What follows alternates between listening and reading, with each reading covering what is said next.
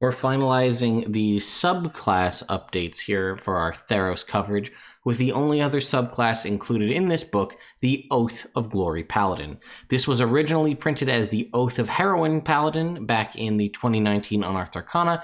It has also received significant updates similar to the College of Eloquence Bard, so I'm going to be going through that, doing a side-by-side comparison, and talking about what I think and giving you kind of the breakdown. So if you want to see what that is, stay tuned. I was trying to come up with a good I Can Go the Distance Disney's Hercules reference. I got one. What's going on, folks? Ted from Nerd Immersion here, and we're going to jump over to D&D Beyond. So left side of the screen is D&D Beyond, Mythic Odysseys of Theros, the brand new published version. Right side is Unearthed Arcana. I do want to say that somebody has been persistently posting, or I've seen in a couple of cases. I do want to remind everybody this is not Adventure League legal, because Adventure League doesn't deal with anything outside of Faerun, and unless of very specific circumstances. So this will not be legal for them, the classes or the races. Just something to consider.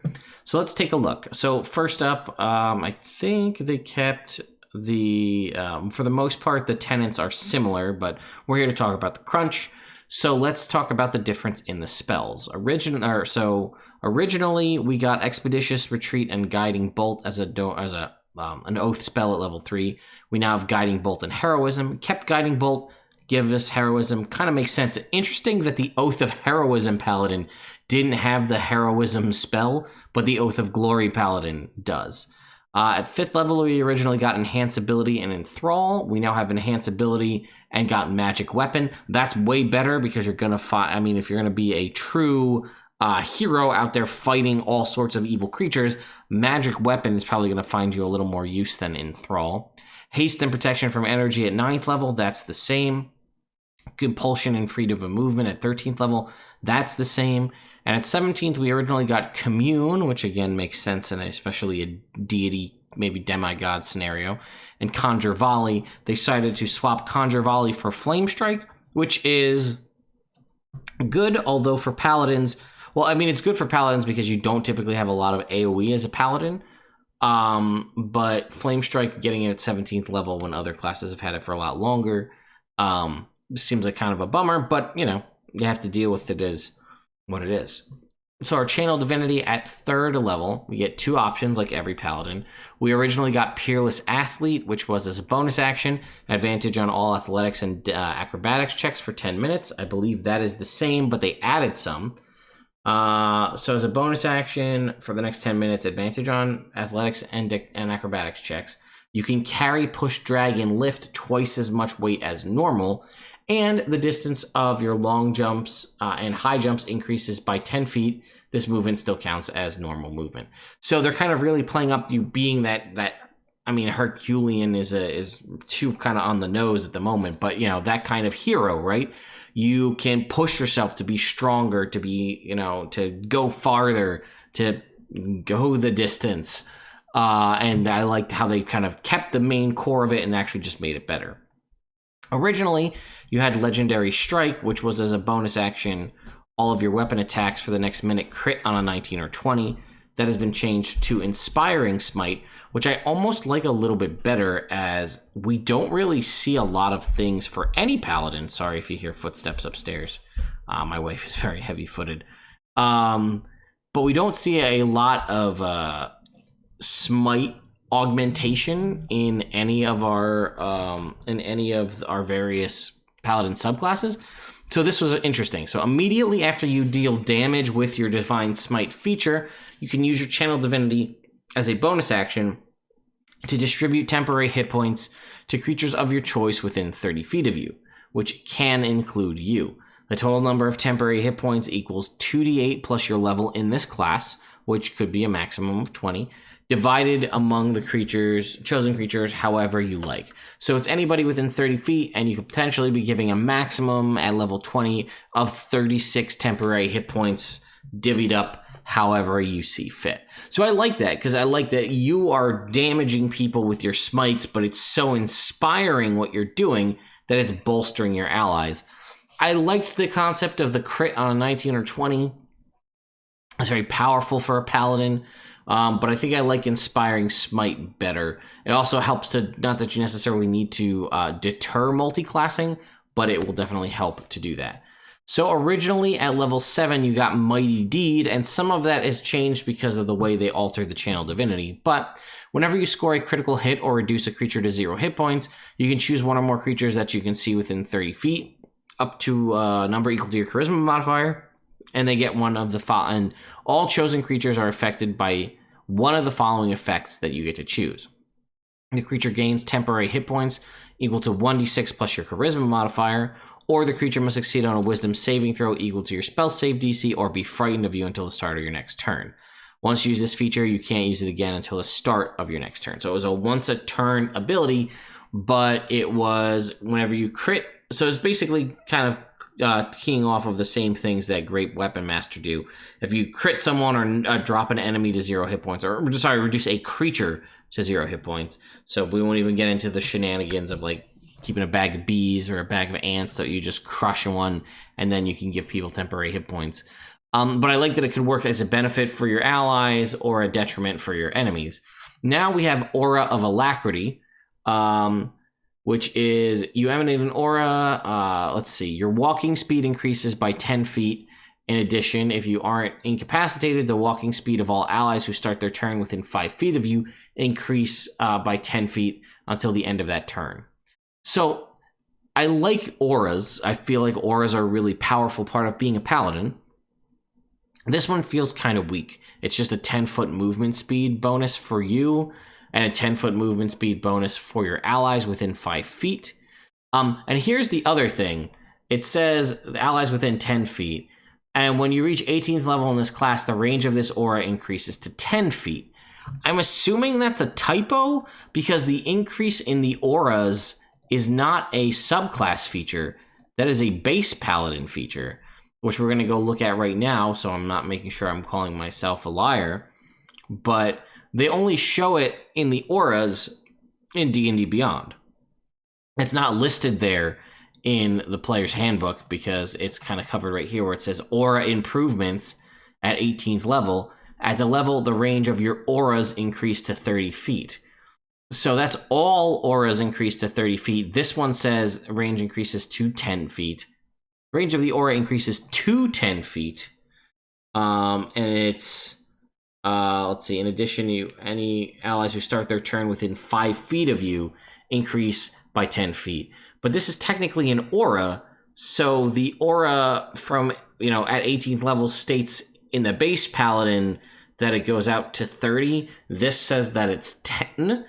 I guess this is a specific beats general case where I guess it only goes out from 5 allies within 5 feet to allies within 10 feet. I don't see any downside to making an 18th level ability match every other paladin, so I would say bump it out to 30. But anyway, originally you got Glorious Defense, which is when a creature you can see hits you with an attack roll, you can use your reaction to gain a bonus to your AC, potentially causing that to miss. The bonus equals your charisma modifier. If the attack misses, you can make a weapon attack against the attacker as part of this reaction. So if you have a maximum charisma, this is essentially you as a paladin getting an access to a very powerful shield spell.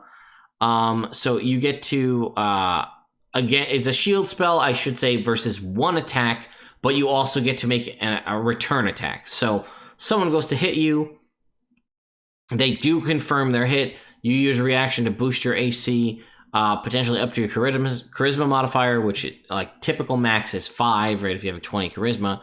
And then if that causes it to miss, then you get to make a reactionary attack. So this is one of those scenarios where the DM has to tell you that they're going to hit you, and then you have to basically just say, I'm going to use my reaction to use Glorious Defense.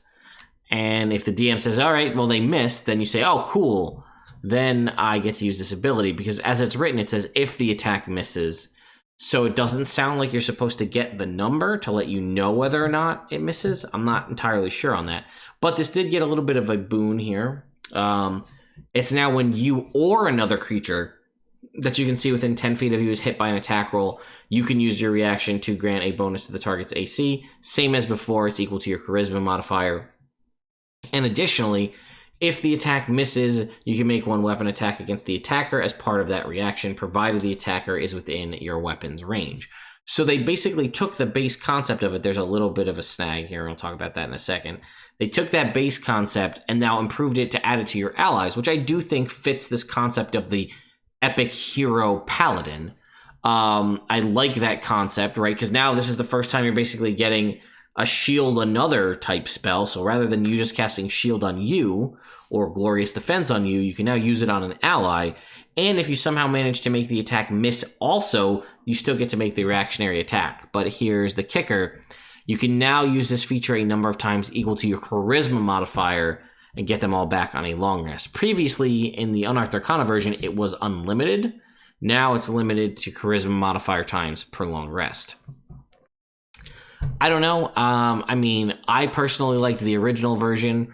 I actually do really enjoy the ability to add it to an ally. I think that's what makes it strong, and I think that's why they made it charisma modifier times per long rest to kind of even it out, rather than you being able to essentially cast shield on you or an ally unlimited number of times. And then lastly, we had originally Living Myth, which was as a bonus action, you gain the following benefits for 10 minutes. You're basically super beautiful and have advantage on all charisma checks. When an attack, once on each of your turns, when you miss with an attack, you can choose to make a hit instead. And if you fail a saving throw, you can use your reaction to succeed instead, once per long rest. As now a bonus action only lasts 1 minute as opposed to 10. You still have the charisma benefit where you have advantage on all charisma checks. You still have once on each of your turns the ability to turn a miss with a weapon attack into a hit. But now it's if you fail a saving throw, you can use your reaction to re-roll it, and you must use the new roll. I much preferred using your reaction to succeed. And now it is, you can't use it again until you finish a long rest unless you expend a 5th level slot to do so again. As a reminder, a 20th level paladin, I think will only have 2 5th level spell slots. So that's going to be 2 of like your really big guns you're going to have to use to get this back. But you're one of the only paladins that gets their sort of level 20 transformation ability back on something other than a long rest. Again, not every paladin does that, but for the most part. So it's interesting that it was originally 10 minutes and actually more powerful, and they toned it back a little bit. I probably still would have kept the, if you fail the saving throw, you can use your reaction to succeed. I probably would have kept that. And then still kept it at 1 minute as opposed to 10, and then still left the caveat about the 5th level spell slot. I don't think it's that powerful for a 20th level character to be able to succeed on a saving throw. I don't know. Maybe that's just me. And they changed it, obviously, from Living Myth to Living Legend. I don't know. I do think I like it better overall. I like the spells better. I like the channel divinity better. The aura, I think, is kind of a little meh because it's just movement speed, and I feel like, how do you compare? I mean, obviously, I guess you're not balancing paladins within paladins, but like, how does 10-foot movement speed compare to immunity to charm or resistance to all damage from spells, right? Like, those are very powerful things you need to contest with. And you're just giving it a movement speed. And it's only if they're within 5 feet. A typical paladin's aura at level 7 is 10 feet, and then 30 feet at 18. Again, I'm still not really sure where we land. I think you take this as it's written because it's a specific example beating general, and that's the rule of 5th edition and D&D in general. And then again, Glorious Defense, I like that it aids an ally. I'm not a huge fan of the limitation on how many times you can do it, but that will make you use it that much more sparingly, and you'll really choose when you need to do it. And I still would have left Living Legend as a reaction to succeed on the saving throw. But that's just me. So that's my coverage of the Oath of Glory Paladin, the brand new Paladin subclass released in Mythic Odysseys of Theros. Please, please, please let me know your thoughts in the comments down below. I'm very curious. You guys seem to be very big into my coverage of this book. So I've seen a lot of clamoring for doing the supernatural gifts. So don't worry, that's what's coming next. I wanted to get to the races and the subclasses first. I super love this heroic deed supernatural gift system. I'm very, very pumped for it. I'm excited. to share that with all of you in my next video. So thank you all so much for watching. Thanks to my patrons over on Patreon for continuing to support the channel and support me. I really do appreciate it. And if you haven't subscribed, you may want to do so and ring the notification bell, because these videos are coming out rapid fire pretty much as fast as I can make them. So you don't want to miss out on any uploads. They're all compiled in a playlist though, so if you need to catch up, they're all there. Thank you all so much for watching, and I'll see you next time.